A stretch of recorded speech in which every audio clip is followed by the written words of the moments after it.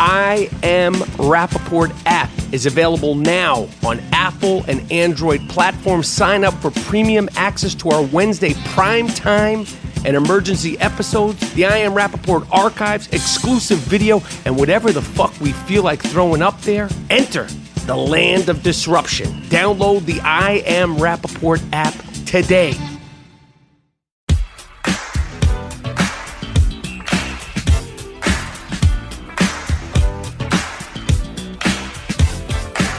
All right.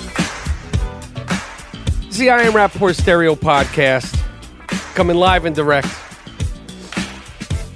from the Gloom Tomb of Los Angeles, California. My name is Michael Rapaport, a.k.a. the Gringo Mandingo, a.k.a. the Jake LaMotta of podcasting. I'm here with G. Moody. Some people will still call him Air Moody. Yep. I don't know why anyone would call him Air Moody. But we're going to get into his dunk. We're going to get into the sweep, the Cleveland Cavaliers. We're going to get into the Met Gala. The fucking Met Gala is going down once again in New York City, and neither me, the Gringo Mandingo, or G. Moody, whose last name rhymes with duty, have been invited. Again. David Fizdale is officially the head coach of the New York Knicks, and so much more, plus special guest speedster from the Detroit Lions, my man Ameer Abdullah, A.B. Diggity. We're talking football, we're talking off-season grind, and so much more with Ameer Abdullah of the Detroit Lions. Miles Jordan, let's do this like Brutus, because he always knew this. Let me get something funky.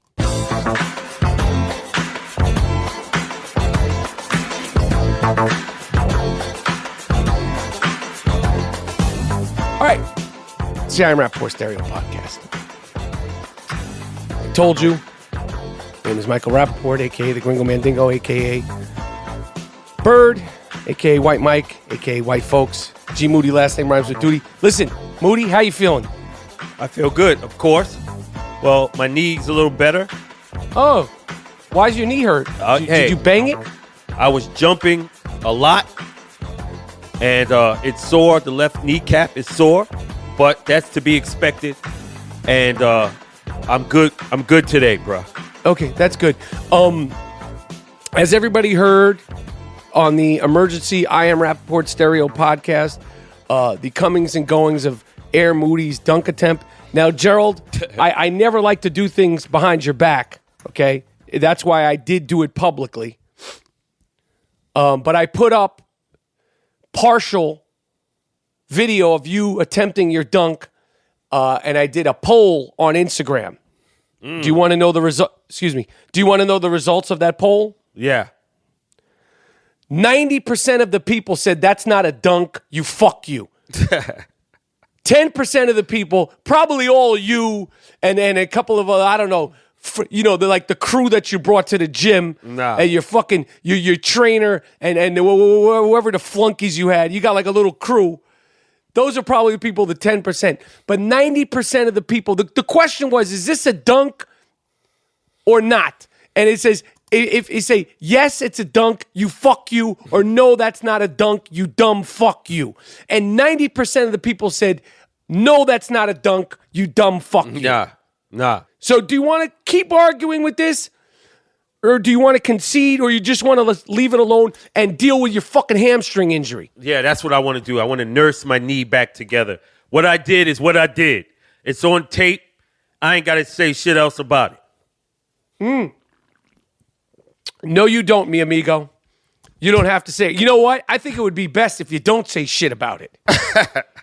Okay? I think it would actually be best if you do not say shit about it. Now, listen, to the fans at home listening, whether you're at work, whether you're on the way to work, whether you're laying in bed, listening to the soothing sounds of me, the Gringo Mandingo, whether you're, I don't know, driving, I don't know where you are, listening to the I Am Rapaport Stereo Podcast, I want to tell you that the quintessential New York podcast, this podcast, the I Am Rapaport Stereo Podcast, we are being monitored right now as we speak, this recording of the I Am Rapaport Stereo Podcast by the quintessential New York newspaper.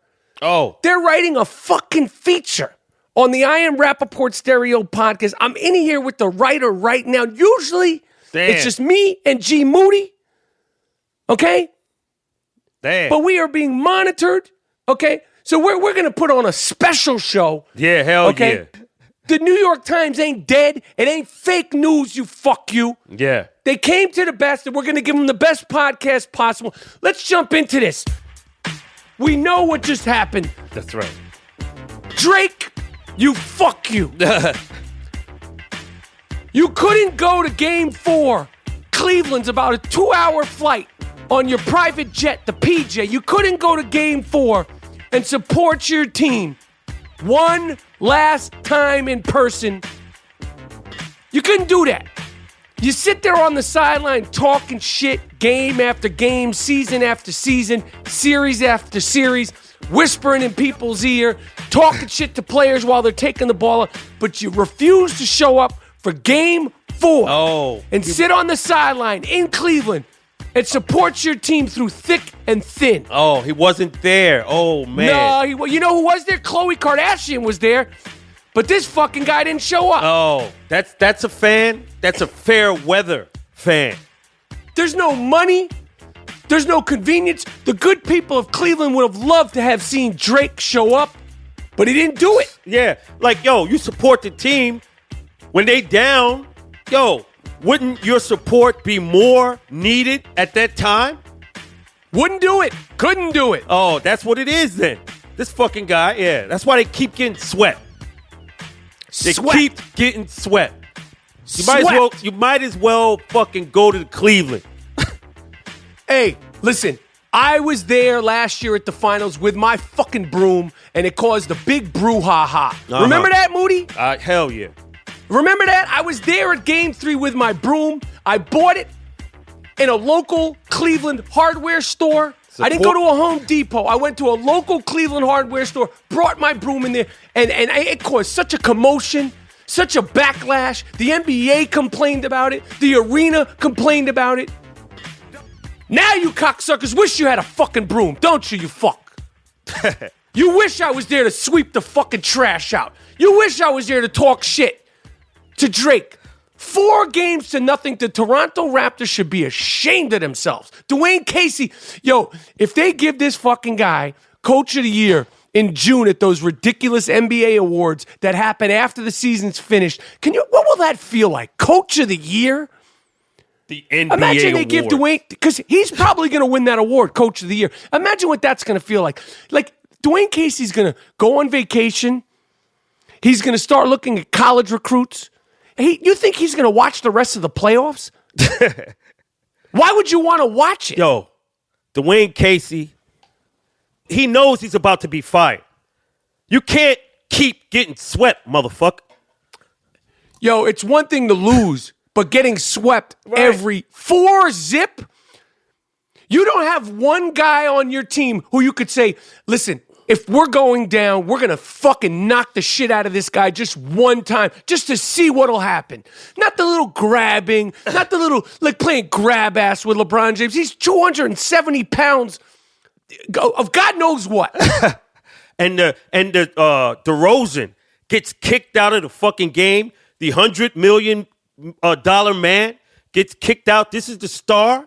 Gets kicked out for flagrant 2. And not a good flagrant 2. Not the kind of flagrant 2 you could hang your hat on. Right.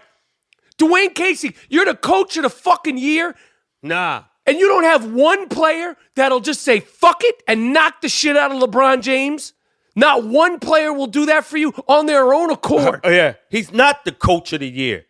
This is the is coach of the year? This Duke is illustrated. Snyder. He ain't the fucking coach of the year. He's going to win. But how the coach of the year get swept?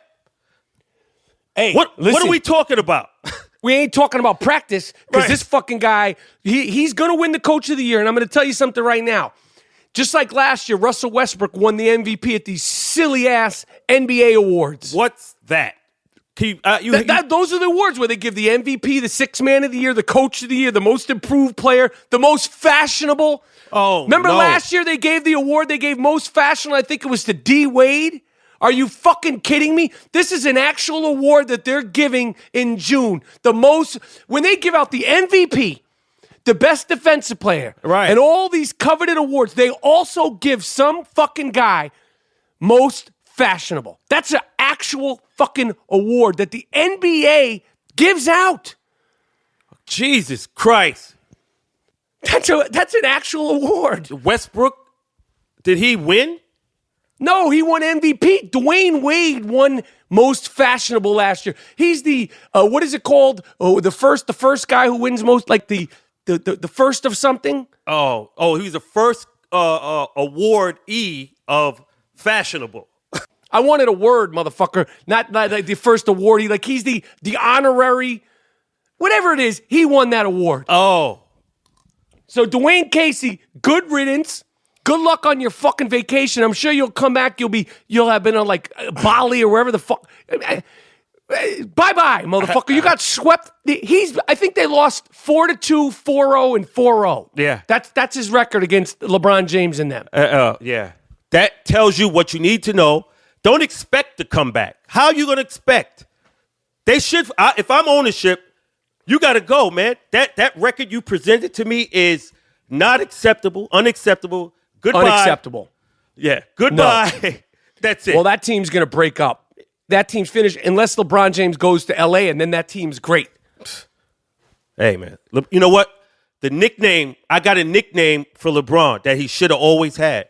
The nucleus. The fucking nucleus. This dude does it fucking all, man. The nucleus. The center of it all. That should be his fucking nickname, not the king. Well, he gave himself the nickname the king. That's why it don't really stick. The nucleus is that shit, man. That's not a good nickname. That's a good name for my man. It describes him. It describes him, but that's not it. Let's say, yo, nucleus, what's up? Like, no one wants to get nucleus tattooed on their back. Yo, shit, look at these motherfuckers wearing today. I don't know. But your guy, LeBron, I said it the other day. I'm not going to repeat myself. Okay? I am not going to repeat myself. I'm not going to say what I said again. But if they get past the Boston Celtics, and it is an if they get past the Boston Celtics, assuming Boston continues to beat Philadelphia, they are now winning at the recording of this I Am Rapaport Stereo podcast. They are now winning that series 3-1. The process, they're lucky because the O in the word process was starting to look like a 0 because they were going to get swept, but they scrounged together one win. LeBron James will not be winning a title. So all the shit you're talking about, nucleus and science experiments. Oh, my God. He's going to go to the finals again. Hedging the bets. He's going to lose.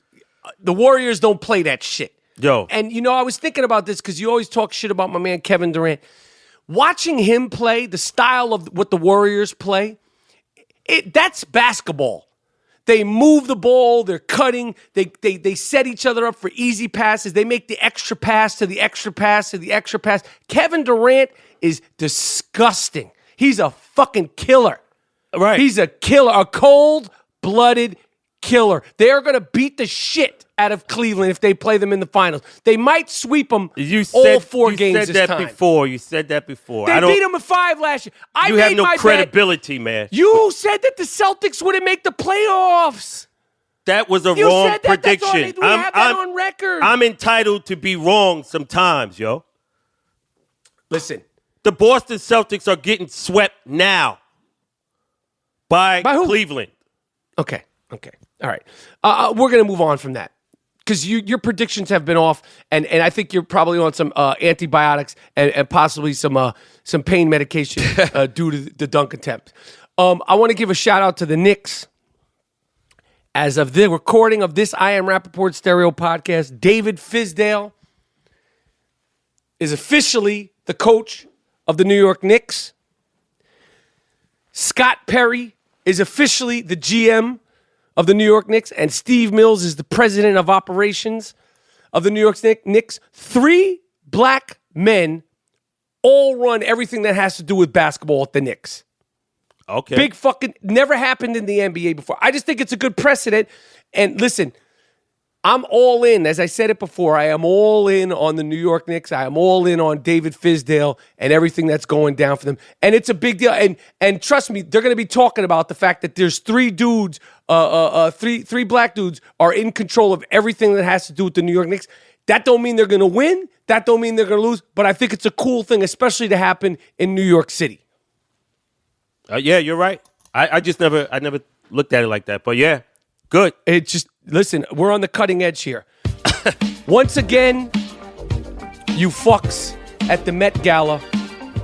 You had your little party, but you couldn't invite me, huh? You couldn't invite me and G Moody. Nah, they don't fuck with me. Every year after year after year, we have to get slapped in the face. And Why? see this one and that one show up to the Met Gala. Did you see some of the outfits the shit they were wearing this year? Yo, I didn't see it, but I can imagine the clownishness of it. Well, the theme this year was Christianity. Oh. So you got people dressed up like Jesus Christ. You got people dressed up like kings, queens, popes. Kim Kardashian, she's dressed up in all gold with a diamond encrusted this, that, with that big, ginormous fake ass. She's so proud of that fake. It's like an end table. Yeah. Damn. But that's cool. But at the Met Gala, not one mention of global warming, not one mention of mental health, not good. one mention of Donald Trump, not one mention of time's up. Why? At the Grammys, at the Oscars, at the SAG Awards, every fucking award show that they went through this year, poor Jimmy Kimmel couldn't even make a joke. Right. It was so tight. The Met Gala, they all get dressed up, all of them. No protests, nobody fucking kneeled, no nothing. They're just so happy, they're giddy to get dressed up. In these fucking costumes for the Met Gala. Nobody's mentioning Trump. Nobody's mentioned Stormy Daniels. There's global warming, it's still going on.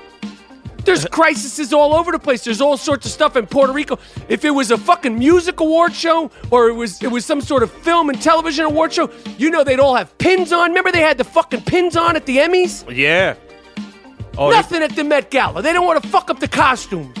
How do you feel about that? You feel that's a good thing? Like that? I feel like it's bullshit. I feel like does the protest stop for the Met Gala? Right. No one's there to talk shit at the Met Gala? Yeah, why not? All the Why not protesting there? and all the shit talking, all the hashtag this, hashtag that. Yeah. Nothing at the Met Gala. But for your own award show, you're up in there getting crunk. Yeah. That's Heckling people, hissing at people, Trump this, Trump Yeah. that, Jimmy Kimmel can't make a joke, all this shit. But now no one had a pin on, no one had anything on. Nobody said Bunch none of of that bullshit, shit. man. Yeah, that's true. And this year, the theme was Christianity. I'm assuming next year's going to be Judaism. I want to see Puffy in a diamond-encrusted yarmulke. I want to see mink Orthodox hats and all that shit. Because next year, we better celebrate Judaism. You can't just do Christianity and Catholicism and not celebrate the Jews. Not in New York. Not in fucking Jaime Town, as the Reverend Jesse Jackson once called it. Right. Yeah, so what's up? Next year, I mean, imagine what some of these designers can do. You hook up, like, you could get dope-ass yarmulkes and all. Like, yo, you got to be fair. You can't just do Catholicism and not acknowledge the Jews. I'm just saying. Spread it around. Hey, that's what's up. You can't just do one. What else is going on, Mr. Moody? Hey, I'm just happy about the playoffs. How's the weather? Oh, the weather's 80, 75. It's good, man. It's all good. Is it muggy? Some days are, but for the most part, it's like spring. It's like that type of cool shit. Hey, you watch these cooking shows, right? I'm a chef, man. I told you that, B. No, you're not. You can't even make a bowl of cereal, motherfucker. Yeah, what have you cooked lately? Ribeye. Perfect ribeye steak, B. Just the ribeye steak, huh? No. Garlic mashed potatoes. Roasted garlic in the oven. You don't understand this shit, man. A ribeye steak and garlic mashed potatoes, huh? That's your meal, huh? Yes, and a little asparagus, roasted garlic asparagus. Yeah, okay. Over seasoned. If it's a great piece of meat, you don't have to do anything. What'd you do to cook it? Oh yeah. I would tell you how I get down with this shit. Oh, what'd you do? Kosher salt lightly. Let the salt dissolve into the flesh. Turn it over. Lightly kosher salt it. Grind pepper. Boom. Let it stay there. Outside, room temperature, hot skillet. 3 minutes each side. Boom. 10 minutes in the oven. Boom. Done. Medium steak. Presto. I watched these shows the other day. My wife is watching these shows, these Iron Chef shows. And, when we go to our guy in New York, Chef Shane, he always talks about the misery of being an actual chef. Like, when you watch those shows, it seems so stressful. Like, the last fucking thing that I'd want to do is want to be a chef. And want to cook with the pressure, and you got to rush, and you got to time, and then most of the chefs, they don't even eat the food that they make. Do you watch those shows? Yeah, I always watch Iron Chef. I've been watching that for 15 years, man. All that good stuff. You just That's new to how you this, learn man. to cook, huh? You just new to it. Yeah, I watch fucking, what's that lady? I'm not cooking shit. I know my skill set. It's like handwriting. You either got it or you don't. And I hate to tell you, Moody, listen, you're fine. Like as a dad who cooks for his daughter. Listen, man. That's a good piece of meat. Like your daughter will say what that. the fuck can you make? Since you can't I just make said nothing. Shit, B. So how you gonna criticize? Nothing, but I'm just saying it's not like you're wooing and woeing anybody. With like your daughter will be like, thanks, Dad. That's a good. Thanks for the steak. No. Sorry. You watching it's not like these it's shows? A well-rounded 4-course meal. You watching these shows and you're enamored with this shit. But we've been on this shit for 20 years because we're interested in cooking. Who's we? Me. I've been on this shit 20 years, man. Watching that shit. Now you want some bullshit. Why don't you try to make something? Never that. Listen, I know my skill set. Yeah, how's your hips? My hips is good, man. I'm on the rim. Remember, I'm on the rim. I'm up there. No, you're not up there. I'm up there. I'm grabbing this shit. You didn't even hang on the fucking rim. You hit the rim and pulled it down. You didn't even get your fingers above it. The video doesn't lie. The ball don't lie, to quote the great Rasheed Wallace. And the video on Instagram and the I Am Rapaport app, it doesn't lie. Nah. That's a fact. Nah. You can't, you couldn't even hang on the fucking rim. Why are some people saying the opposite of what you saying? Why am I getting? Why am I getting some? I got inundated. Favorable one shit. thing you didn't see. I'm going to go over them right now. I'm going to count them. 36 emails. 36 emails. People emailed us, and you could always email us at iamrapaportpodcast@gmail.com. 36 emails. Every single one of them said that fucking guy didn't dunk. Variations of that. All right. That wasn't a dunk. That fucking guy didn't dunk. And different variations of that. Hey, I got some good ones too, man. I could show you differing. They feel bad for you. I can show you differing opinions on it. Why? And this whole bullshit about I'm 49, no one cares. I didn't say that. See? I never said that. They're saying that. They giving me props for that. I welcome that. Don't hate on that.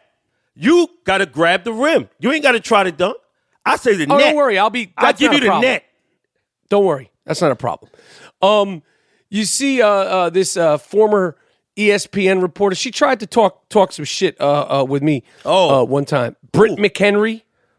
Oh, okay. You know which one I'm talking about? Oh, yeah, Blondie. Britt McHenry's like the fake Tommy Loren. Oh, except for she does sports. She's the one that cursed out the tow truck operator and all this stuff. She's claiming she was let go because she was white. Yeah. That's what she said. How about this, Britt McHenry? How about they just let you go because you're just not that fucking good? How about you're just not that talented? When you grab the microphone, it's just not that compelling. Right. You don't have that it factor. How about that? How about it has nothing to do with Jamel Hill? How it has nothing to do with Carrie Champion? How about it has nothing to do with your big bleach block teeth. It has nothing to do with anybody. How about the fact that you just don't got it? Damn. She associated. What was the cause? She said they let her go because, and I quote, she was white. And then she also said she made too much, which probably had something to do with it. But if you were really good, they would pay you what you were worth. Right. If you were really good, you'd still have it. The fact that you're white and you got big bleached teeth and bleached blonde hair, that's an asset. That's a fucking asset. Right. They want to have a talented, charismatic, smart, opinionated, bleached blonde-haired girl on the sideline, but you just don't have the gift for gab. No one gives a fuck. Yeah, you can't claim that shit. That's a hard call. George Zimmerman is charged with stalking. George Zimmerman is the guy who infamously killed Trayvon Martin. Aggravated stalking, threatening a private investigator. Can you believe that George Zimmerman is living like a life, like no jail time, no nothing? Nothing. And he continues to get into shit, and nothing has ever happened to this guy. Yeah, that's the thing that's troublesome, that this dude is out here wilding the fuck out. Like there's no remorse. It's like he's just doing whatever. You would think he would want to stay out of the spotlight with his behavior, but that's not the case. So whatever happens to him, happens. But nothing has happened to him as of today. Yet. Like as nothing. As of yet. He gonna fuck with the wrong one, and it's gonna be a wrap. Our guy, the great Stan Van Gundy, was let go by the Detroit Pistons. Sad day for the I Am Rapaport Stereo podcast. Sad day for the Van Gundy family. A lot of people have been calling for Bizarro, Stan Van Gundy, to speak out about this firing. I don't know where he is. I've tried to reach him. Have you heard from him? I did get a voicemail. It was sort of hard to understand. He was talking something about everything went downhill when Boban got traded, and he was the linchpin. And he went on to talk about watching Boban shower and the pleasure that he got from seeing him nude. But I've yet to been able to get Bizarro Stan Van Gundy on the phone. The fact that Stan Van Gundy was let go, hey, I don't know what he's going to do. But could you imagine Jeff and Stan Van Gundy, and maybe they do it with Mark Jackson calling a fucking game? That's must-watch TV. Yeah, no doubt. The Van Gundy brothers in the broadcast booth, or maybe we get our guy Ryan Rucco, Jeff and Stan Van Gundy. Fuck yeah. That would be it. I would watch any game that they called together. That would be good basketball, because those guys would be arguing, just bantering with each other. That's the kind of shit that I want to see. No doubt. That shit would be compelling. Good stuff. That would be great. Hell yeah. As I told you, we got my man from Detroit Lions, Ameer Abdullah.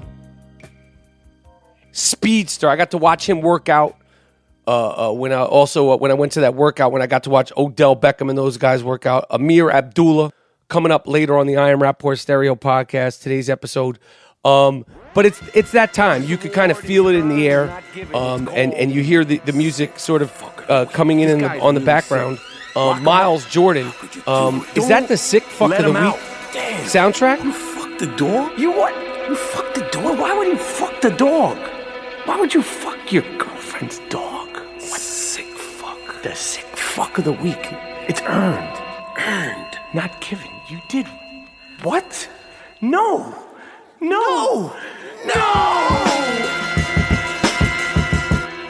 Yes, that is the sick fuck of the week soundtrack. This is an award that is earned, not given. Yes, this is an award that is earned, not given. As I told you a couple of podcasts ago, we are going to do a cumulative from the ground, boots on the ground, all sick fuck of the week podcast coming up, because we have been inundated with just so many sick fucks from all over the place. I literally have had to create a file on my computer and on my phone to keep track of all the sick fucks. I appreciate all the fans out there that keep sending them to us, but at a certain point, enough is enough. It's a lot. First sick fuck. A Wisconsin man who was featured in the Super Size Me documentary and who never did anything wrong, but he actually does look like the essence of a sick fuck. Dan Gorski, 64 years old. This guy truly is a sick fuck. This guy had a celebration in lieu of eating his 30,000th Big Mac. This cocksucker has eaten 30,000 Big Macs in his lifetime. Oh. They threw him a party. They gave him his 30,000th. Am I saying it right? 30,000th? With the TH. I don't know if I'm saying it right. Thousand. What? As a TH. Well, you guys know what it is. Dan Korsky, and if you look at him on paper, he's got like a mullet haircut, and he's got sideburns and mutton chops, but he's not heavy. He eats a Big Mac a day. Oh, and he looks like he says he's in great shape, and he looks like he's fine. He just needs to get a haircut. Damn, I'm surprised he don't have gout. Fucking 30,000. He's a fucking slob, man. 30. Why would you want that every day? Ew. Every single day. Ew. A woman in New York has been arrested. I mean, she's a sick fuck, but she's smart. Latanya Shalisa. I'm probably not saying her last name right, but if you're a sick fuck, I don't need to go out of my way to learn to pronounce your name. She's actually pretty smart. This sick fuck was reading obituaries to find out when people died and figure out when their funerals were, and then she was robbing their homes. Oh, man. That's not a sick fuck. That's something else, man. Shit. That's This is a sick fuck who I forgot to mention. She's from Iowa. A woman who's 31 years old in Iowa. She left her 4 kids alone so she could go on vacation to Germany. You sick fuck. First of all, why would you want to go on vacation to Germany? Second of all, you left 4 kids ages 6 to 12 years old. Damn. Home. Damn. That's jail The time. kids called the father and said, yo, we're over here by ourselves. What the fuck is going on? Yeah. Pop said, I'm on my way to Germany too. You were so excited to go to Germany? Just right there. She needs to be put into question. Right. In Jersey, straight out of Jersey, New Jerusalem, New Jersey police officer who is now a sick fuck of the week, was arrested and accused of repeatedly, not one time, repeatedly pulling over women on the freeway, not to give them tickets, not because they had a broken taillight, to try to get their phone number and ask them out on dates. Yo. I like it. I like his style. Go ahead. New Jersey State Police Trooper Eric Richardson He's a trooper. is accused of repeatedly pulling over women to try to get them on dates? Yeah. This is what you're doing? This is a police officer? Hey, would you rather be proposed for a date or get a ticket? That's true. Especially if you did something wrong. All right. Hey, just politely decline, and he'll let you go. That's how he gets down. Finally, we have a sick fuck nurse, Cora Weberg, and this is in Washington State. She's an emergency room nurse with hepatitis C who infected patients and stole their narcotics. She was arrested near the Canadian border. Cora Weberg, again, you're a sick fuck. I'm not going to learn or fact check on how to pronounce your name correctly, is accused of infecting 2 patients after stealing their injectable narcotics and using them for herself. This what kind of this is a sick. What is this, people? It just gets worse and worse. Sometimes you baffle me with shit, man. I don't have words for that. It's not me. It's the sick fuck whisperer out there. This guy keeps saying he's just sending me more and more sick fucks. Listen, it's the I Am Rapaport Stereo Podcast. Let's get to it. Coming up next on the I Am Rapaport Stereo Podcast, my man Ameer Abdullah from the Detroit Lions talking about what Matty Stafford is going to do with that $100 million, off-season workouts, the biggest shit talkers in the league, and so much more. Detroit Lions running back speedster Ameer Abdullah coming up next on the I Am Rapaport Stereo podcast. All butter soft I Am Rapaport Stereo podcast t-shirts are available at districtlines.com/I Am Rapaport. That is districtlines.com/I Am Rapaport. All right, it's I Am Rapaport Stereo podcast. Ameer Abdullah, A.B. Diggity, speedster from Nebraska in Los Angeles, working out in the off season. I saw you at the. I was talking about it on the podcast. I had connected with Fournette. Yeah. And he was like, "Oh, I'm going to work out over here." And I went there, and I was like, I was at the the NFL All Pro Day. Yeah, man, we are here. We're getting it. Working with Jamal Liggins, outstanding trainer. I really just wanted to surround myself with guys who are at a very high level. Obviously, like you said, Fournette, Odell, Randall. It's a lot of guys out here who are just competing, and you're only going to be as good as the people around you. So I like to just surround myself with the best. When did those workouts start? I mean, I literally thought out like he was going to be like, I didn't know what. And like I walk in there, I mean, it was like 10 guys there, and it seemed like a maintenance workout. Like that seemed like a low-key day. Mm-hmm. But I mean, I was tripping out off of it. And to watch you guys, to watch high-level athletes, I mean, you're just doing your thing, you know, and I'm over there like tripping. Like, I'm like, oh, shit, you know. To watch you guys, do that, what is your off season? Like here we are in April. What is your sort of maintenance? Because like obviously you're not going full tilt now because you have, you can't burn yourself out. So what is your sort of, what is your workout now? And then how does it ramp up? Yeah. Well, at the beginning, I started, I would say late February, early March.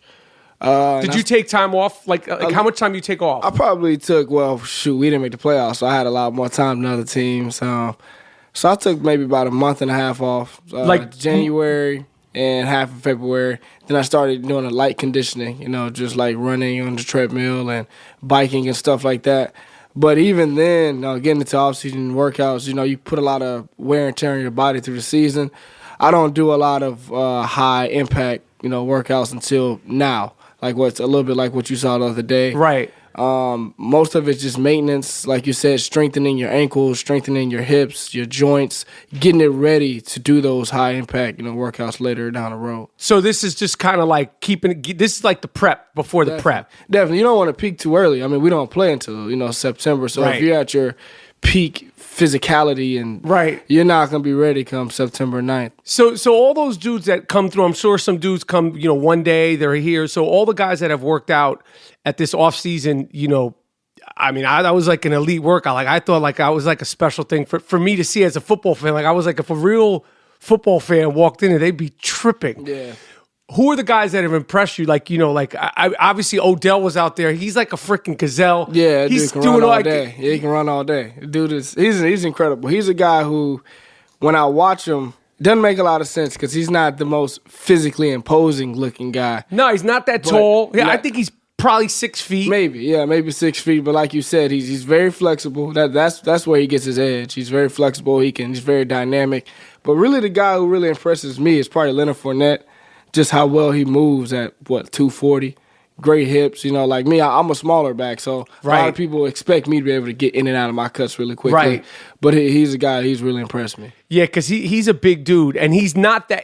I thought he would be taller. Like he's just like he's compact. You don't want to like run into him. Uh-huh. And he impressed me last season because he'll run past you, he'll jump over you. That's the most impressive thing about him. Is he was on that old he is, man. Dude can run. Dude is faster than me. Is he really? And he's heavier than me. Yeah, for sure. Are you serious? I would think so, man. Like when I watch him run, like he can pick him up, put him down, and shoot, he's just not normal. So just watching him, how humble he is too. Right. He's a guy. He comes from humble beginnings, and he obviously hasn't forgot that. All right. So you're from Alabama. Yep. You're in Los Angeles.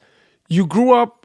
You had 9 siblings. 8. I'm the youngest. You're the 9th. Mm-hmm. So you had 8 brothers and sisters. Yep, 6 sisters, 2 brothers. And you're the youngest? Yep. Oh. See that's an interesting thing. So you're the baby. Yep. So is the rest of your family athletic? Like in your primes, because I'm sure the age is spread. Of course. Who's the fastest? In the primes, I'm the fastest probably in all of our primes of the guys. The girls, my sister Medina, she was all state in everything she did. Volleyball, pound for pound, she's probably the best athlete in our family in her prime. All-state volleyball, all-state basketball, all-state track. I can't say that. I wasn't all-state basketball. I was all-state track and football, but basketball, she got me beat. And when you ran track, what was your like best race, and what was your best time in your prime? Yeah, my best were the 100. 100-yard dash. 100-yard dash, and I was a long jumper. And what was your best 100-yard dash? Best 100-yard dash was a 10.68. And what's like decent. Usain Bolt at? 9.58. We had a guy in my high school actually ran 10.01 though. He was like the pride and joy of the school when it came to track. So you were a fast motherfucker, and Usain Bolt is like a second faster than you. Usain Bolt. A lot of people, they see him running, they don't really understand what he's really doing. He's running less than a second per meter when he's really hitting top speed, and 9.58, I don't know when the next person's going to break that record. Yeah, and 9.58, 10.58, 11.58, 12.58, all this is out of my demographic. Yeah, I mean, like me, like 12.58 would like, like that might happen. Be a good time. For me, yeah. That'd be a great time for me. I'm one of the slowest people in my... the good thing about my speed, Ameer, because you're a speed dude, is that I never lost a step because I never had it. So I'm about the same speed as I was when I was 18. When I was at my fastest. That'll work, though. All right, so Alabama. You're from Alabama. Like, I've never been to Alabama. Yeah, I'm from Birmingham, right outside the city, from a small little community called Smithfield. Okay. Yep. Like, how small is it? Like, how many people in your... Like, does everybody know everybody? Yeah, for the most part. And 9 of the people are the Abdullahs. Yeah. So, like, you took up, like, a quarter of the population? Like, your family, like, you guys took up... Like, I say we were about a seventh of the population, right, for sure. So you wound up playing football at Nebraska. When you got to make the choice to go to Nebraska, were you one of these high school football players? Like, you had options to go everywhere? Man, no, I had a really tough road. My high school, as you can imagine, wasn't very big, and we didn't know much about recruiting. I didn't send out my film until after my senior year. You didn't at all? No, I didn't know. I didn't know how to get recruited. I didn't know what it took. I just used to see these guys online who were, 4 or 5 stars, and I was like, how are they doing this? Are they just that much better than me? But it was really, they were sending out their film and going to camps. I didn't go to a camp until, like, the midway of my senior year. To one of these football camps? Mm-hmm, like one of those satellite camps where, like, all the college coaches are, at. You see Jim Harbaugh and all those dudes right. at. I didn't do that type of stuff, so I didn't. Were you thinking I want to play college football? Yeah, man. Like, were you aware like you were at that level? In my mind, ever since I was 6 years old, I knew I was going to play in the pros. And it sounds crazy, but you just have the intuition. I just knew I could play professional football, and I knew I was going to get there no matter what route it took.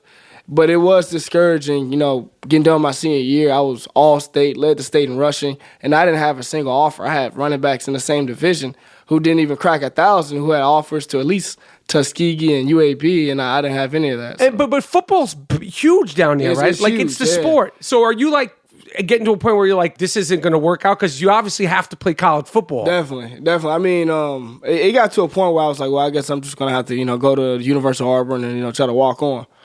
And but things changed after I sent out my film. I started sending out my film, and first off was Texas A&M. And at that point, I knew I was like, okay. And then once that comes in, they all come in? Things start rolling. I had a bunch of visits. Probably the last month of leading up to signing day, I visit every single week. Oh, okay. Yeah. Besides from football and track, did you play any other sports? Yeah, I play basketball. So how tall are you? I'm 5'9". So could you dunk? Yeah, I can. Can you dunk still? I can still dunk now, yeah. I'm a jumper, man. Like long jump. I never told you my long jump. What was your long jump? 24-11. I could long. That was in high school, and I know I could jump a lot further than that probably now because I'm a lot stronger. I was a jumper. That was my best thing. So today, you could bang it on somebody. Oh, yeah, for sure. Are you a 2-foot jumper or a 1-foot jumper? Doesn't matter. Doesn't matter. Basketball, really, no pun intended, is my favorite sport to watch. I think those dudes are the most skilled, other than some soccer players, are the most skilled athletes on the planet, man. Dudes are incredible. Oh, they're ridiculous. What's your team? Because Alabama... I'm a Laker fan. Really? Fan. Yeah, like a Laker fan for life? For life. Thick and thin, man. Now, to this day, back in the early 2000s and the mid-2000s when they were struggling, I even accepted Smush Parker when he was on the squad. What about Smush? Like people, Smush is from New York. He got a bad rap. He did. Yeah, his averages actually weren't that bad. I mean, but at the same time, he was on a bad Laker team, so that's not saying a lot. But he averaged it was like 13 and like 5 or something like that. He was like bad. He had a tough run as a Laker though. Yeah, I mean, he was. I think him and Kobe didn't get along. Yeah, he was one of those dudes that Kobe was like on him. Of course, I mean, he played during the time where Kobe was literally at his best. Right. So you got to let Kobe be. And Smush was trying to obviously make a name for himself. Right. So, I had Lamar Odom was just on the podcast, which was dope to see him, and then Meta World Peace. Nice. He speaks like you got to check it out. I would love to have a conversation with him. He's so much. The thing about him is like that the fight. Everybody thought that defined him, and obviously it was a fuck up thing, for him to go to, But he's so. I mean, that's like a life-changing thing. Yeah, it was. You know what I mean for him? And I think at the end of the rainbow, it was a positive thing. Like a positive came from a negative, but he was dope to have on the podcast. He has one of the most underrated careers ever because he played a very long time. Very long time. And he was high level. Dude, up until the suspension. When he was with the Rockets, man, he almost took my Lakers down by himself. When he was with Indiana, before the whole thing happened, he was averaging 24 points and all-star. And so you're a Lakers fan. You follow the NBA. You could bang it on people anytime, any place. And let me ask you this. You like ball. This has been a topic. I love watching Russell Westbrook. He's a freak. Yeah. He's a beast. He's a one-note beast. There's just full tilt all the time. But as a basketball fan, everything we've seen of Russell Westbrook for his entire career, do you think it's possible for anybody to play in peace, in cohesion with Russell Westbrook after everything we see? And I love him, but I'm like, I just don't think he could play with another guy, a star. Like look, like Paul George and Carmelo. Sometimes like they're like he's treating them dudes like they're like ancillary players, like they're just like dudes. And like Paul George is sick, is a star. Carmelo is still an offensive force. He's out there waving for the ball like he's like some like Lithuanian dude that just got a 10-day contract. Yeah, I mean with Russell, he's a stat machine. He's gonna put up the triple-double, and sometimes I think that's a little misleading because you're like, oh, he is a passer because he's averaging 10 assists a game. But he has to control the game in order for him to be successful. Russ can't be on the court facilitating, not necessarily driving and kicking, if he expects to have a successful game. Russ he's not at his best when he is the true facilitator, when he's the true Ricky Rubio of the day. He's just not at his best. And that's fine. I love watching West when he's just dominating the ball, dominating the control of the ball. But that's not going to happen when you got Paul George, and I'm glad Paul George is ridiculous. I'm so glad Victor Oladipo left. Look what happened because to Victor. Because that dude is a monster. Look at Victor left. I mean, listen, we could talk and bang our heads over the Kevin Durant leaving, but like you when you look at Paul George, it's a bunch of players. Reggie Jackson. It's a lot of guys you see when they leave that situation. It gets a lot better for him. Yeah, because I guess you have to scrutinize Russell Westbrook because you look at it, you're like, all this stuff, these people leave. Even James Harden, when he was young, left. Man. Durant, this is going to be like a part of his career, like a stain on his. He could win 10 championships. Exactly. People are still like, it's like LeBron, Kevin Durant, like as far as the most scrutinized dudes. Exactly. All right, so then who are the final 4 teams? You got Houston in the West, and who else? Golden State. Okay. Golden State for sure. And let's just say Cleveland's getting out of the East. Yeah. So who do we got winning the championship? Got to make a prediction. Come on. Oh, man. If either one of those teams are, I think they're handling Cleveland pretty convincingly. I think so.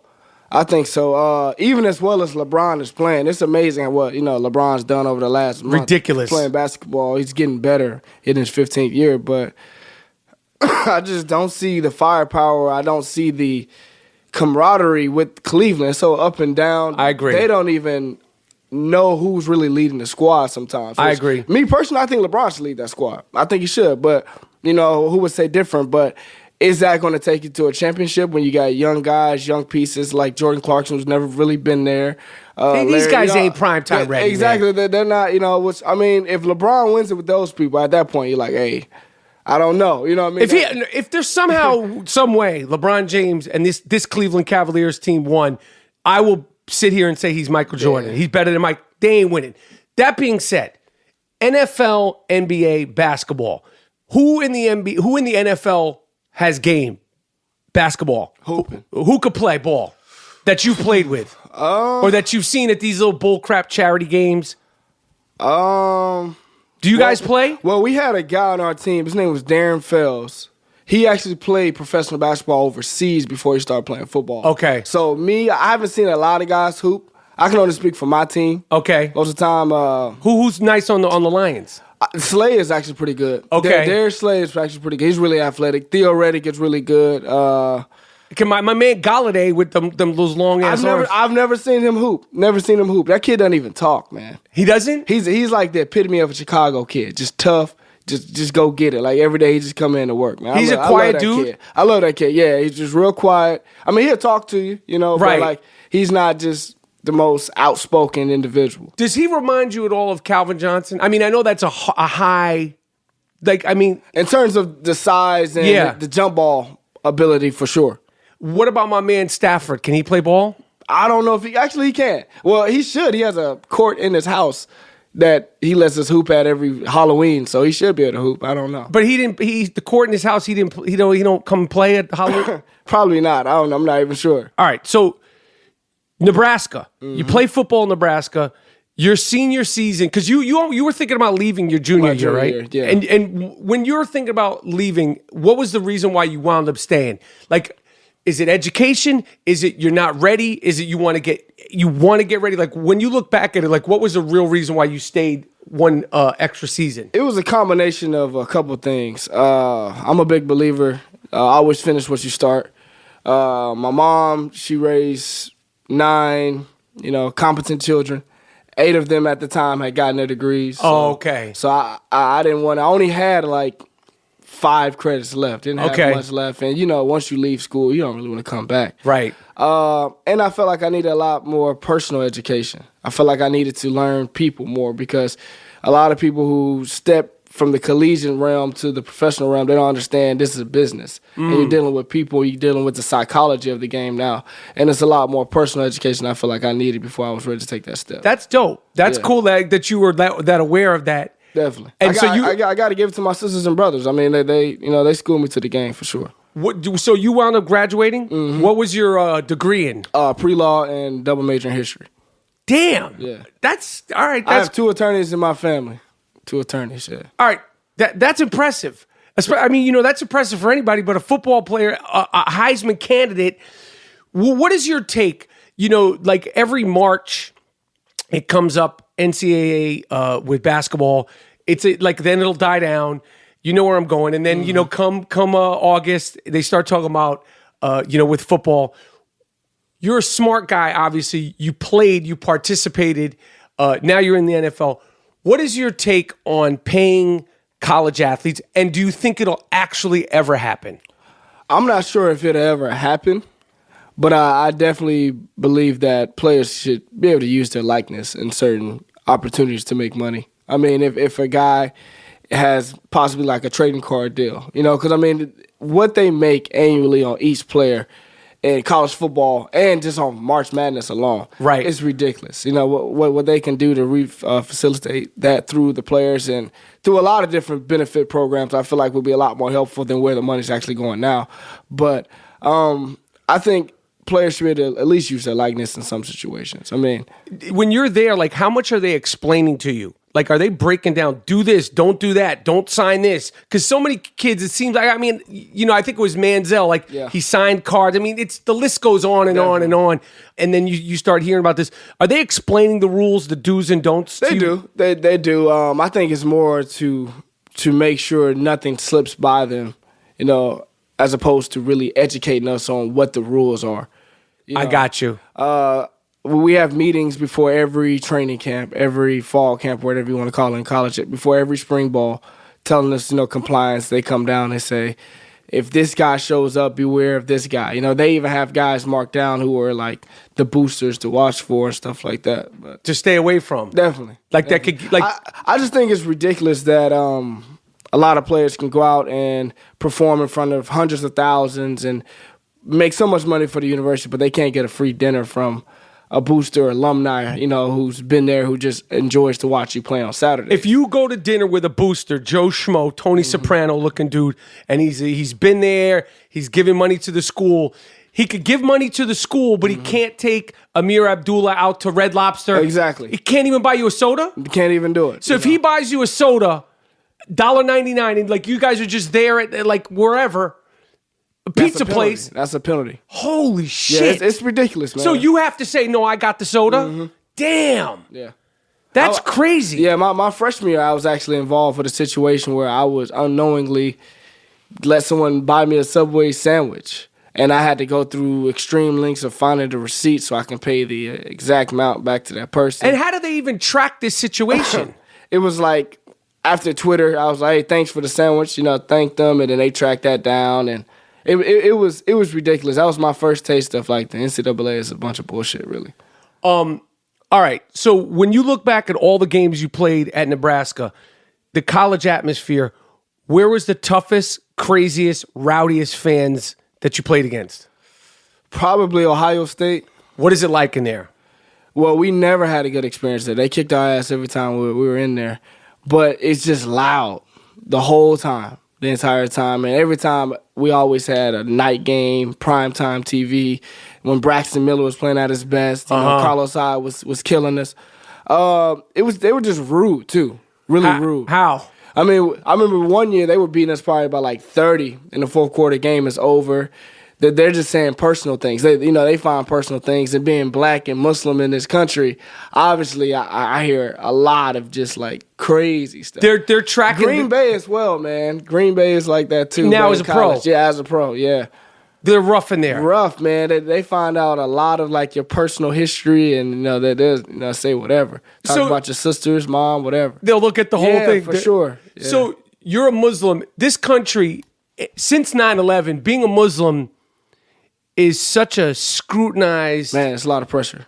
Such a confusing, I think, polarizing religion in this country. What does it mean to be a Muslim? You grew up Muslim. What does it mean to see from 9/11? How many years ago was that? So you were a kid. I was in fourth grade. Like before that, this was not an issue, and then. Explain to me what being a Muslim is to you and just everything that comes with it post 9/11, essentially. Mm-hmm. Well, I mean, being Muslim for me is just being a man of faith, just trusting in the process of anything that's thrown at you in life. I really believe that God makes this world for individually everybody, which means specifically He makes this world for you, just like He made this world for me.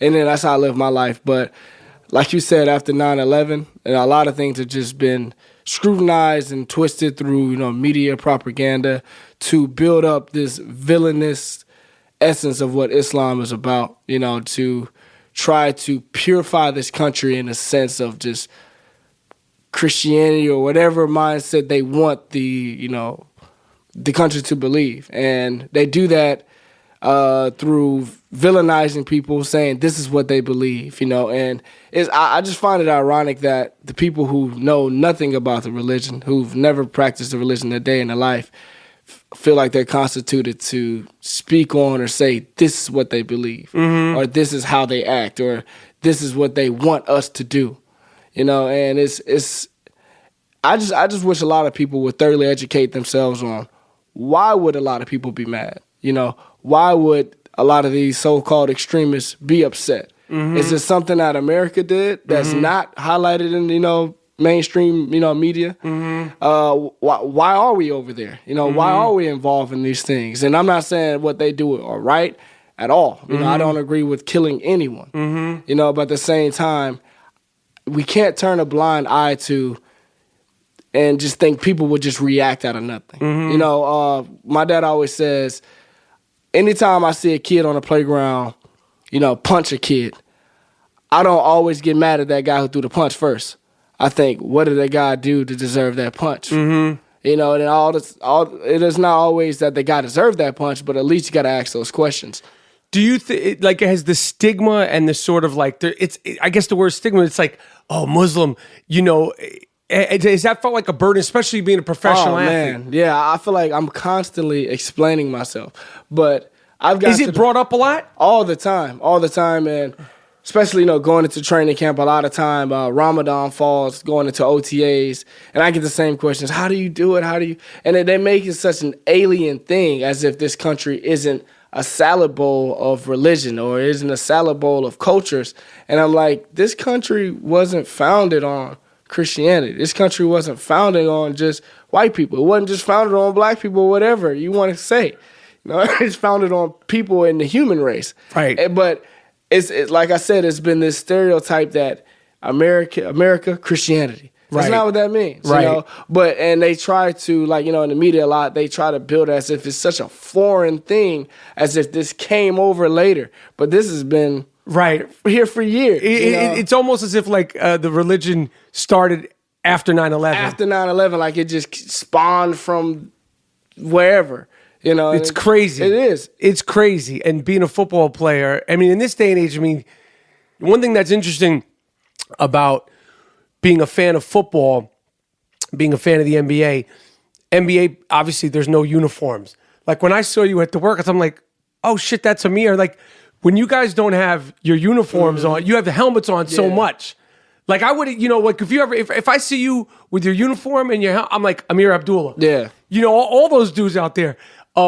You're like in a 24-hour, 24/7 during the season. I think basketball it's worse because we know all the players because they're not covered.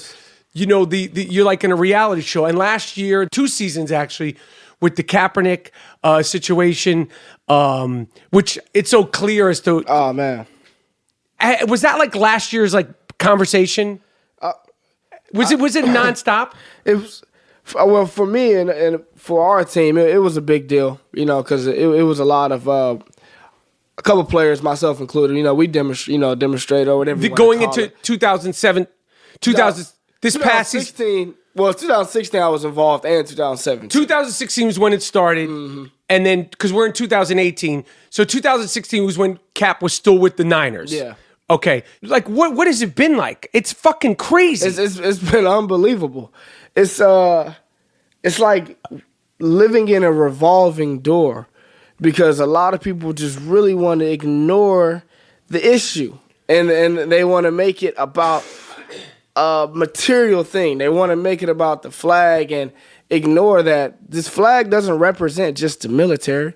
It doesn't represent just a veteran. Right. It's supposed to represent teachers, mothers, daughters, fathers, Muslims, Christians, everybody. And the only thing that Cap ever did by taking a stance was holding people accountable to what you say this flag means or what you say this country represents. And some people don't like that. When you hold them accountable, they don't like that, and they try to twist your words and turn it as if you're sending hate towards a specific group. But they're contradicting themselves, because you're saying you're about Americanism, and patriotism and love of this country, but this country captures everybody. And when you're not showing universal justice for everyone in this country, then you can't call yourself American. You can't call yourself a patriot. Did you ever imagine that when you guys first kneeled going into 2016, Yep. that it would turn into what it's turned into? Because I can't believe that Colin Kaepernick, as a football player, with totally unbiasedness, whether you agree with him or not agree with him, straight up, Ameer Abdullah, Colin Kaepernick should absolutely be in the NFL. Oh, man, skill-wise, for at least sure. as a backup, right? At least. I mean, at least as a backup. I'm not forget everything that's happened. I'm not going to discredit any other quarterback in this league, but as a backup, we've seen these or even signings. as a third. Yeah, man, because you need 3 quarterbacks. Yes, that's not just some crazy shit, right? That's just. I mean, if you he's 29, he's not even 30. If you can have Colin Kaepernick as your third quarterback, you're winning. You're like, dude, I got my third stringer's been to Super Bowl before, and my third stringer at least is going to be able to get the fucking ball down the field. Exactly. That's for real, right? With all unbiasedness, without all prejudice, whatever, he should absolutely, the skill set should be playing in the NFL. Of course, yeah. It's just ridiculous to at this point say it's about talent as opposed to the stand that he made. It's amazing to me. Eric Reed, he's now he's not signed with a team. And Eric Reed isn't? No. I didn't know that. I didn't know that. I was just with him a couple weeks ago. As far as I know, he's not signed, or he wasn't signed when, like, the last time I looked. And, he made either him or his agent was like, he almost made a public thing saying if he goes to a team, he won't kneel. And I'm like, this is insane to me. Like, that it has to, like... Yeah, that he won't kneel. As if kneeling just...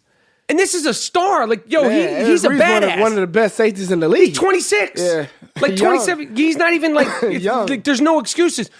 So last year, like, what do you make of it? Like, and what do you guys do going forward? Like, it is a business.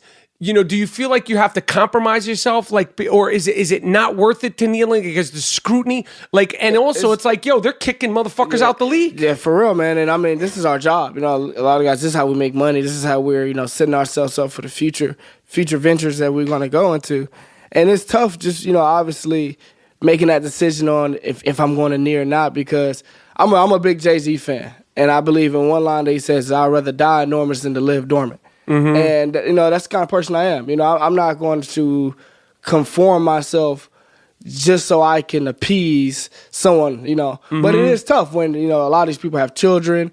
They have it's a job. To support you're job. You're a professional football player, and you're a professional. And I understand don't bring necessarily politics to work, but it's tough when politics are brought to us to work every single day. How so? We're forced to sing the national anthem every day. That's politics, man. Right. You know what I mean? Like, how can you tell me not to... bring politics or my political stance or belief towards something when I'm a public figure and I have the media asking me about Donald Trump or asking me about how I feel about this. That's to my job. That's to my workplace. Or asking me, well, what does you being a Muslim athlete mean? That's you bringing my political being to my workplace. That's not like a normal job. That's not like a normal job. And when I'm a person, I'm a human. Right. I have feelings. I have... thoughts or opinions on things. And when I see people of color being killed in the streets at an alarming rate and no justice is being served, am I not allowed to express my distaste for that? Mm-hmm. Because I know if especially when it's being asked. I know if the shoe was on the other foot, if it was a terrorist attack demonstrated by ISIS and we took a knee for whatever the situation was because of military people were killed, people will stand up and clap. Mm-hmm. Stand up and clap. But what's the difference between these African Americans or brown people in this country being killed and we're taking a stand for them who are actually citizens of this country? Mm-hmm. Why is that different? Mm-hmm. But like you said, it is tough because people's jobs are being taken away. I didn't know Eric Reed wasn't even on the team. Right now. Yeah, I mean, and Cap is like, they made an example out of him. That's like fucking like, that's like... And that's what people say. That's like, that's what he gets, like, for being this. I'm like, you hear yourself. That's like, it's a lynching. It's an example of a lynching. It's not a lynching, obviously, but like how they used to lynch people, like, publicly, like, yo, this is what's going to happen. This is what this is. It's a fucking lynching. It was. They made an example of this fucking guy. And I got into my little shit with Manziel. This whole thing with him, it's like, listen, I wish if you're everybody to reach their dreams. Now it's kind of like, well, you ain't playing in the NFL, Manziel, because you were doing wild shit, and he happens to be a quarterback, and he's a polarizing quarterback, just like Kaepernick is a polarizing quarterback, totally different things. And it's like, and whether or not Manziel has the skill set, but it's like, yo, you ain't playing in the NFL now. Like, he's sort of gotten swept up in this. Because it's a mess. Let's talk about football, your football, Detroit Lions. Cool. Matt Stafford signs a contract last year for $700 billion. Does he buy the team dinner? Like when you guys are on the road with Matt Stafford, he like no one's reaching for their wallet. Yeah. Like, I mean, what was his contract? $400 billion? $600 million? It was a lot. It was definitely a lot. I think it was like 135. 135 million. 135. At the time, quarterbacks are just getting higher and higher for him, but he was the highest player ever. He hosts events at his house. Okay. He lets us come over all the time. He's a real cool guy. So that's enough for me. I'm not going to ask him to, buy me dinner or anything, but I mean, if we're at dinner, it's like we're gonna look at like I don't know Matt, but if I'm opposed. If I'm in the same if I'm in Ruth Chris and he's in the restaurant, I've had him on my fantasy teams. I'm going to expect him to pay with the $135 million. And don't forget, he was the first pick in 2009 too. So before the new CBA, so the money's coming in. The money's there. The money's definitely there. All right, so your crew, they just signed LaGarette, who for some reason is like, I don't know why LaGarette Blount is a taken for granted guy. He kicked ass with the Patriots when he kicked ass. I don't understand it. Maybe the age, but other than that, what are we ageism? Are we age discrimination? He's not slowing down though, so that's the thing. Like the year before last with the Patriots, he broke records. Last year when he got the ball, he kicked ass. How excited are you to have him? But, you guys in Detroit, like your running game, it's been a three-headed monster. And I'm a fantasy football expert. That's a fact. I've had you on my fantasy football team. You guys are one of the teams where the ball gets distributed a lot. Man. Is that frustrating? Like, it is. And what do you know going into a game plan? Like, all right, Ameer, you're going to get 10 touches. Theo, you're going to get 12 touches. Like, how does it get broken down? Like, so the two-part question. Is it frustrating at times? Like, does it break up your rhythm? It's frustrating, especially coming from Nebraska where I was the guy. I knew I was going to get the ball at least 20 times a game. And for me, it's not necessarily getting a certain number of touches. Is getting meaningful touches and getting into a rhythm. That's where it gets kind of frustrating where, the coaches, I trust their game plan. They go in and, they're much smarter than me. They go in and they dissect how they want to attack the team we're playing and how they want to break down the touches. But it's hard when I come in, I get a carry, and I break it for about 10 yards. Then I come out for about 3 plays. Then I got to come in to, pass protect. Then I don't get my next carry until the next quarter. Do you know that going into a game, sort of the scheme? You have no clue. You have no clue. I mean, we're in a pass-heavy offense as it is. Very pass-heavy offense. So it's tough to make the most of some of your touches, especially when you don't know when they're going to come. Okay. But for me, what I've learned the most about Detroit and what I appreciate about Detroit is the fact that mentally I'm a lot tougher than I ever would have been if I feel like I would have went somewhere else. Why? Just because it's a very unconventional and different situation for me. I don't get the ball as much as I used to. With our pass-heavy offense, they use Theo a lot in the pass game. Unless they want to go deep and use me to just run past people, then they use me. And we don't run the ball much. I probably got maybe 7 carries a game last year, which is less than 2 a quarter if you really break that down. That's tough. It's tough. It's tough, especially when you have a lot of pressure on you to be that 1,000-yard back, and it's like, what do you expect if I'm getting 6 a game? Right. It's kind of tough. But I appreciate that because it's made me a lot mentally tougher. And going into the last year of my contract, I feel like I'm ready for anything. This is coming. This is your last year? This is about to be my last year of my contract. This is the fourth year. Fourth year. Of a 4-year contract. So when you sign a 4-year contract. 4-year deal. Matt Patricia, who, this guy, because I'm a Giants fan, this guy drives me nuts. Have you met Matt Patricia yet? I haven't met him personally yet. He sent, obviously a couple of emails to the team and stuff like that. But I've done my own research. I know this dude's like a genius. He's a genius. Yeah, I read somewhere where he was studying to be like an astrophysicist or something like that. So, obviously the brain power is there. I'm interested to see how he conducts the team. Obviously, being a defensive coordinator, not necessarily being a head coach. Now you have to, work with 2 different realms of the team. I'm interested to see, and I'm just excited. I love new change. I always like new change. I think it'll be exciting. I think, coming from Belichick, obviously, the expectations are going to be high. Has it been frustrating? Like you're so damn close. Definitely. There's so much talent on that team. Is it frustrating? Like it's always like you guys are always like week 15, week 16. It's always they could shit. Yeah.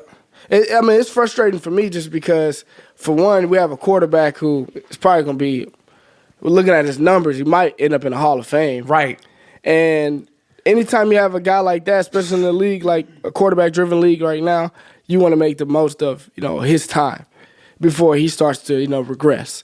And I feel like Matt he's on the up, so we definitely have to ride that wave and just produce, man. I think things are coming together. I know we made a couple coaching changes, and hopefully we get a couple guys in there who really are going to look and evaluate our talent and use each talent individually to succeed, not just to run a scheme, but to see these guys and be like, I got to get him involved this way. I got you. You know, like do what you, as opposed to just definitely instead of just running a scheme. I got you. That never works. I got you. Yeah. I got you.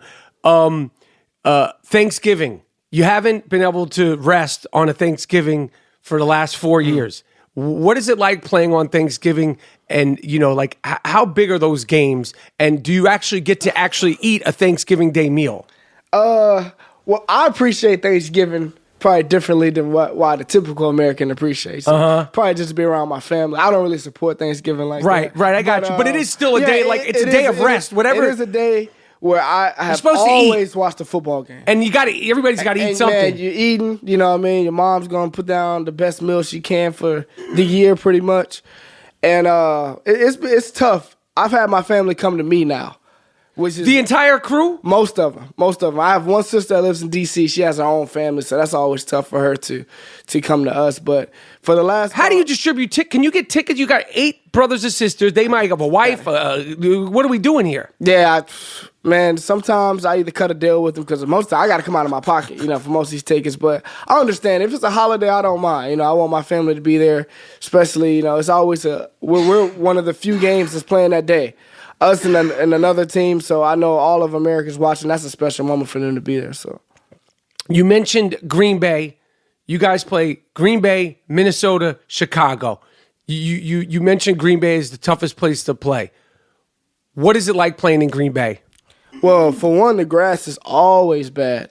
It's always bad. The field. Yeah, just because the terrain in the Midwest is just unpredictable. It can rain the day before. It's always wet. The grass is never just intact like that. So the field is always tough. Then the next thing is like Green Bay, their fans, I guess, own the team or something. Isn't it like owned by the city or something? So they definitely bring that ownership type of attitude. Like it's their team. Yeah, like, man, and they just... I mean, it brings passion, but at the same time, it's kind of a scary feeling playing there because those fans are really brutal. Are they really? They are. They're brutal, for sure. I remember, like I said, being black and Muslim, it's like a double, pressure on me sometimes. Right. I remember my rookie year, I forgot what, I think maybe was it after the Boston bomb? What happened in 2015? I think it was Boston. Was it Boston? Yeah. We were having a moment of silence, which... It's ridiculous when people yell and scream during moments of silence, but all you can hear was death to Muslims and this, that, and the third. While you're having the moment of silence? While we're having a moment of silence, and I'm sitting there, I'm just like, man, they talking to me. I'm probably the only Muslim on the field, and I'm hearing all this stuff, and nowhere else, I don't think I would have heard that necessarily than Green Bay. So it was definitely an eye-opening thing for me. That's crazy. It was crazy, man. When you're on the field in a stadium like Green Bay, Minnesota, or Chicago, a tough Philadelphia, there are animals out there. Can you hear the fans? Yeah, a lot of times you can. I know in New York you can, because in New York they're right on top of you, kind of.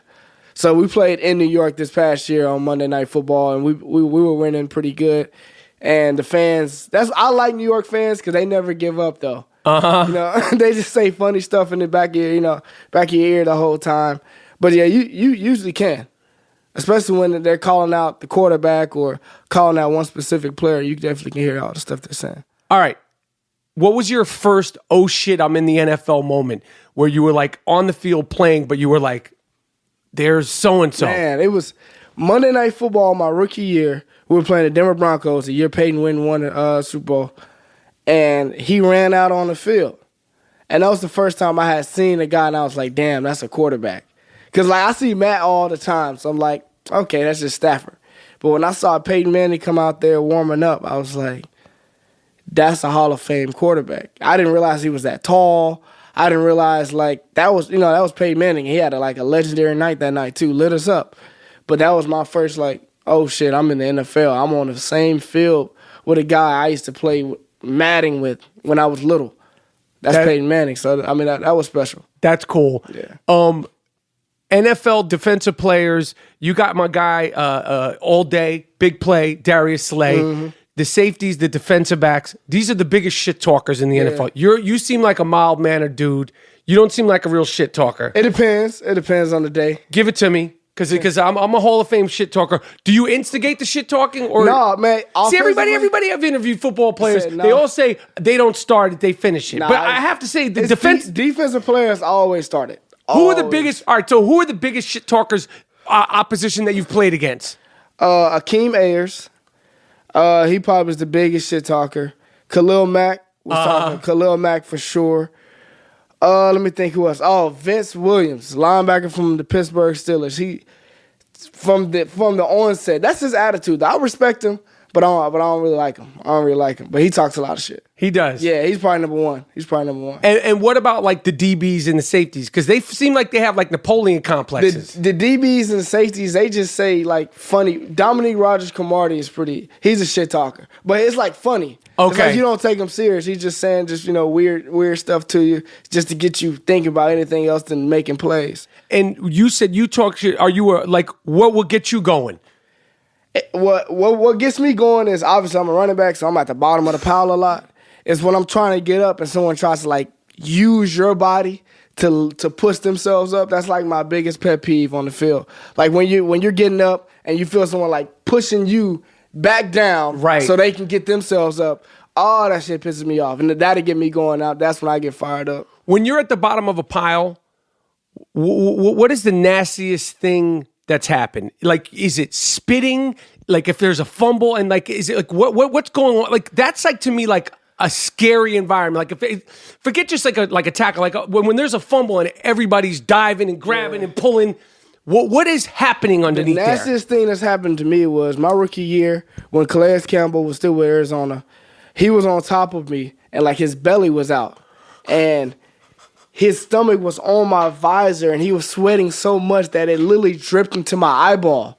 Dog, it was the nastiest thing ever, man. That is funny. That's disgusting, man. I was pissed. I was like, damn, I had to come out and wipe off my whole visor. That is foul. Yeah, bro. That's a big man. He's like 6'9".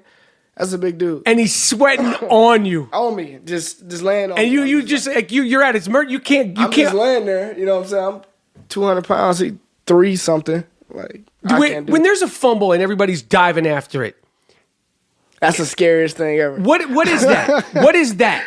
It's that split moment you gotta make the decision, like, am I about this life? Because dudes are coming in. I remember when Cam Newton fumbled in the Super Bowl that one time. He made that split decision. He wasn't about that life. He wasn't about that life because you dive in there and you're trying to reach your arm out. Someone hits your arm. You tear a labrum. It's dangerous, man, because picking up that ball that's hundreds of thousands of dollars. Anytime a defender recovers a fumble, that goes on his stats, and that's something he can go to the negotiation table and he's like, hey, I recovered this many fumbles. You know what I'm saying? So those defenders are flying in there, man. Like, that's one of the most dangerous, most underrated, dangerous parts of football is a fumble recovery. That and the field goal. Why field goal? Just because if you look at the linemen blocking on field goal, these guys' legs are shrouded open, and they can't really move because they don't want to make any separation in between so a defender can't get in and block it. And they're just exposing themselves to guys just torpedo missiling through their legs, sternums, rib cages to block that ball. That's a dangerous ass play. What's the hardest hit that you remember where you're like, oh? It was actually Eric Reed. I was tiptoeing. I had broke like a 20-yard run. I'm trying to dance out of bounds a little bit because I felt good about myself. And right before I stepped out of bounds, he lifted me, and I went flying. And I remember I landed by our own defensive bench. And they looked at me and they're just laughing. I'm like, damn, we were winning. But I was like, that's going to be on somebody's highlight. Because I flew like 8 yards, man. It was a hard hit. Are the hits like that? Because, if your guys are laughing, it's not one of these scary hits. Yeah. Are the hits like that? Like, what are the ones that hurt the most? Is it like the more subtle things? Is it the way you fall? It could just be like somebody hitting your hip? A lot of times it's the way you fall. Because like if you're wrapped up by one guy and then another guy comes and hits you at the other direction, you got to make sure your body falls in a certain way that won't twist up your bones and your ligaments and stuff. Those are the hits that I kind of like, I'm cognitive of. I've been fortunate that I've never been diagnosed with a concussion. So I've never took like direct shots to the head. But the ones that I get a lot is when I'm in a pile, I'm trying to drive my legs, and then like another guy comes and dives at my legs this way, then the guy dives on my upper body the other way. And that's kind of like, one way, high load a little bit, and that's when it gets kind of scary. Are you conscious of like 3 things going on? Hang on to the ball. Hang on to the ball. And you drive your legs. And but also protect yourself at all times. So which first? Hang on to the ball? Yeah, that's definitely number one. Hang on to the ball. Then the second one is protect yourself. Especially like you got to live to play another down. So, is the offseason now, there's been 2 big scrutinies. What the hell's a catch? I would like you as a football player to explain to me what the hell's a catch. Because last year was like, I don't know what the hell a catch is. And then they've changed again. Like, this is like real football shit. The hits with basically none of the helmet. Yeah. So what is a catch now? Do you know what a catch is? I think I do. Okay. I think I do. A catch is you have to secure the football and make a football move. What is that? I think they're saying if you drop your shoulders and you square yourself up to your own opposition's end zone, that's a football move. So if you catch it and you have the ability to square yourself up and position your vision to see your other team's end zone, that's a football move. If you're catching it and you're not square yet and you're running, then you get hit and you fall, then the ball comes out, that's not a catch. But if you can catch the ball, square it up, take a step, and then get tackled, then the ball comes out, it's probably a fumble or just a catch. I got to be honest, Ameer. I'm not sure you know what a catch is. That sounded good, but I mean, because I don't know. They're still going to be like figuring it out on the fly for sure. Because you watched that Pittsburgh game. That was a catch. That was a catch. Pittsburgh should have been advancing for sure. And then the helmet to helmet, no helmet to helmet. Obviously, everybody wants everybody to be safe. Mm-hmm. I have compassion sometimes. Listen, dirty plays are dirty plays, but I told you from the beginning, I'm slow as shit. But when you guys are going full speed, and Ameer Abdullah catches, a 7-yard route, you might slip. You might be catching the ball, like seeing a defender go under, and then the defender, he doesn't know what the hell Ameer Abdullah is going to do. If you guys coincidentally, and it's not on purpose, bang heads, the defender gets the penalty. Mm-hmm. Now, obviously, we don't want to see anybody hurt, but like, where is this going? I think, and it is football. Like sometimes head-to-head contact happens. It's going to happen. That's why we wear helmets. And when you see it happen and it's not on purpose, it's like, if you're flying that head and the receiver, he might have caught it and slipped, and the other guy's going low, and we catch heads, the defender gets the penalty. Yeah. Even if it's not on purpose, clearly. For one, it's going to slow the game down a lot because I think with the new ruling, I think they're like reviewing like discrepancy if it was malicious or not. Which, even then, it's going to be a lot of gray area. So it's definitely going to slow the game down a lot because you know how long those reviews take, for one. And then secondly, it's just going to change how defenders play. Right. Because now I think sometimes it's worse to tell them to go lower because a lot of times if those guys are coming in for your legs, once you're getting it, that's how you get a lot of, like, broken legs. Right. Dislocated knees. I remember it happened to Gronk one time because, he's a big guy, and a lot of times people hit him low anyways because it's easier. And some of the hits I see him take down low, I'm just like, dude, hit me up top. Like, right. Seriously. Like, so, I think it's definitely going to change how some DBs play, but when it comes to those bang plays, it's nothing you can do. Like you said, like if a receiver catches it and makes a quick move, the trajectory of which you dove to tackle him is going to be different than when you initially did it. Right. So it may hit him in the helmet or it may hit him in the neck area. So I just feel like that ruling is going to be tough to judge. What players in the NFL, you're not playing a game, let's say you have your weekend off, who are your favorite players to watch on opposing teams? For one, Antonio Brown. That dude is stupid. Antonio Brown. How good is he? He's the best. Why? He can do anything. That's the thing. Like he can play outside, inside. He can run all day. He's gonna do something freaky at some point that's just gonna make you say, "Wow." I love watching Odell. I think Odell's in that same boat. The dude's just unreal. Defensive players that I really like to watch because I feel like they're just the best at their positions is probably Patrick Peterson. Patrick Peterson is the best pure corner I've seen in a long time. So patient at the line of scrimmage with his jam. You can make all these moves. He's sitting there just chilling, waiting for you to actually make a move up the field.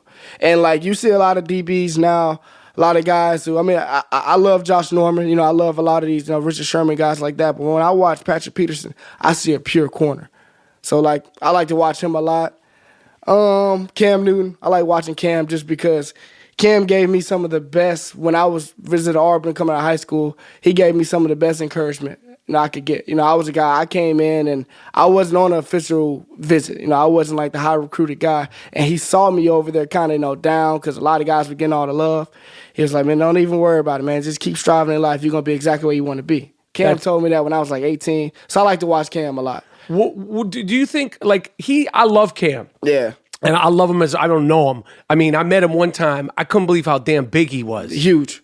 Yo. Yeah, he's a freak. Is he the biggest quarterback in the NFL? I know Joe Flacco's pretty big. He's big too? He's just real tall. But Cam is Cam is bigger than a lot of... In terms of physical, freak big, yeah, Cam is definitely... Cam is 6'5", easy. 6'5", 250, easy. Homeboy, he's like... And buff. He's goon status. Yeah. He's like bodyguard. That's like a guy you want, that size Protecting bodyguard. You. Yeah, for sure. Who are the other big dudes? Tom Brady's big. Mm-hmm. He's tall, but he's not big. He's not physically imposing like that. Julio Jones. Is he? How tall is he?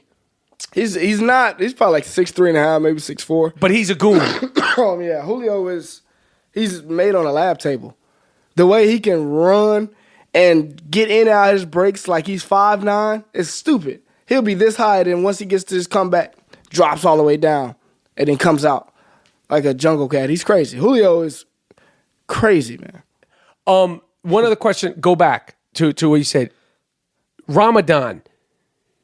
This is, what month is this? Well, it moves up every year because the Islamic calendar is short. It's shorter than the. I said it's April. So I was like, it's April. But Ramadan, I believe, is coming up mid-May. So I believe mid-May. So Ramadan, you fast. Mm-hmm. So how do you fast, work out, keep your energy? Because that's when you're getting ready. Does it deplete you? What it does. Just from an athletic point of view. So I've broken it down now, where I fast every other day doing training. So one day I'll fast, one day I'll be back to eating. Then one day I'll fast. And then the days I need to make up, I'll make up after Ramadan. I got you. Mm-hmm. Just so your body can maintain. Yeah, just so I can maintain. Yeah. All right, listen. Ameer Abdullah, listen, this is what I want from going into this season. By the way, I am a fantasy football expert. I want more carries. Okay, Matt Patricia, when you tell him, I don't know if he's going to grow that fucking stinking beard out or not. I want more carries. I want a healthy season. Yeah. And I want Detroit to go over the top and tell Matt Stafford, if he ever sees me, I'm ever in the same building with him, I expect a steak on him or a soda or something like that. I'm not whipping out the credit card. At least an appetizer. Something. Yeah. I wish you the best of luck this season. Healthy season. You're going into your fourth season. We got to get the goddamn ball. Got to. We got to get the ball. That's what it's about. More catches too. More catches. My final question with the catches. You're a football player. I don't understand this. When they say running backs, he can catch the ball out of the backfield. He can't catch the ball out of the backfield. He's a running back who can catch, who can't catch. Explain that to me, as that being a strength or not a strength. Every football player could catch a ball, correct? Yeah. Do you know what I'm saying? I know exactly what you're saying. I think they need to be more specific. When they're referring to he's a running back who can catch the ball in the backfield, what they should be saying is he's a running back who can run routes. Something that separates, I think, myself, Theo, and then some other guys like you see McCaffrey, Chris Thompson guy from it's a number of guys who are good at it. From, maybe some of the, guys who don't necessarily you see running option routes or different choice routes, is we can create separation. and catch the ball in small windows. You know, anyone can catch a swing pass. Anybody can catch a flat route.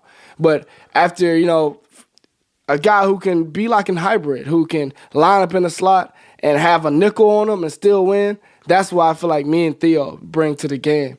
And like I said, hopefully this year Detroit actually gives me more of an opportunity to do that, because that's always been my strong suit. You know, I started off playing receiver because I wanted to be like Percy Harvin growing up. Okay. You know, so that's something I'm really looking forward to. All right, Ameer Abdullah, thank you for rocking me on the I Am Rapaport Stereo podcast. Have a great offseason, and you will be getting picked on the Rapaport Select, the fantastic fantasy football team of mine. Appreciate that. Thank you.